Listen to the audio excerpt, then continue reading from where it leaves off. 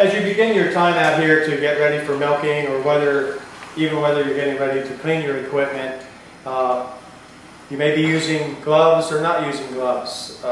Your hands are going to be dirty. And it's a good practice to come out and be sure you are cleaning your hands. Having the hot, cold water available and just taking some time, just taking a minute or so, and give your hands a good cleaning.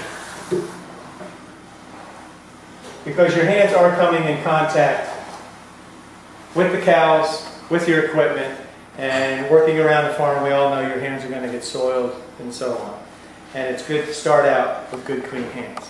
Okay, so one of the first things we want to do as we're ready to start washing our milk equipment is pre-rinse everything. We want to make sure that we're rinsing the outside of our units, getting all the foreign matter and organic matter off the units.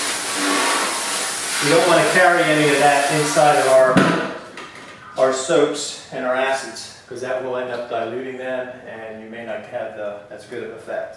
So be sure that you're rinsing everything pretty thoroughly, getting off the manures and the organic matters and whatever barn dry, the different things that can get on your equipment. After we have that finished, then we will pre-rinse the inside of our equipment and get that done, get that heavy milk films and that out.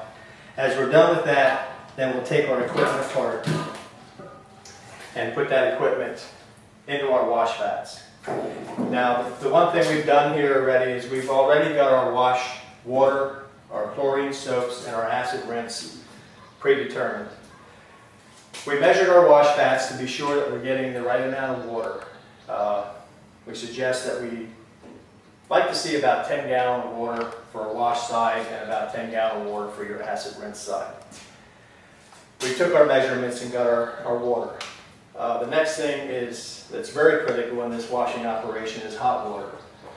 We provided a 50-gallon hot water heater here, so we have enough of hot water to be able to complete all washing and cleaning operations in the milk house if we would have to have it done all at the same time.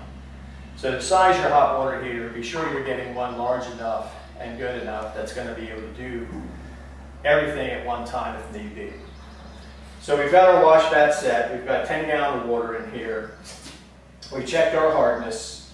I've used one of these strips to briefly say, do I have soft water, hard water, or very hard water? It's showing that I have soft water. So that's a good thing. The next thing you want to do is select your cleaners, your manual soaps, your acid rinse, and then as we get into our CIPs, we'll talk about that.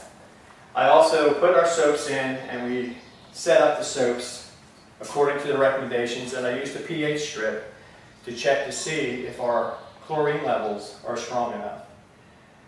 What we like to see on a manual wash side, they normally call for a 12 to 13 pH, but because we are doing some hand scrubbing on this, we could probably go to a 10 or 11 and still have a good result. And as I test this, we come right up to 11. So we're in good shape.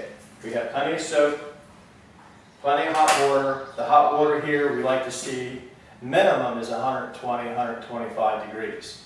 If you can get it hotter, we would really recommend you to get it hotter. That way your hot water soap will sustain itself through your washing time.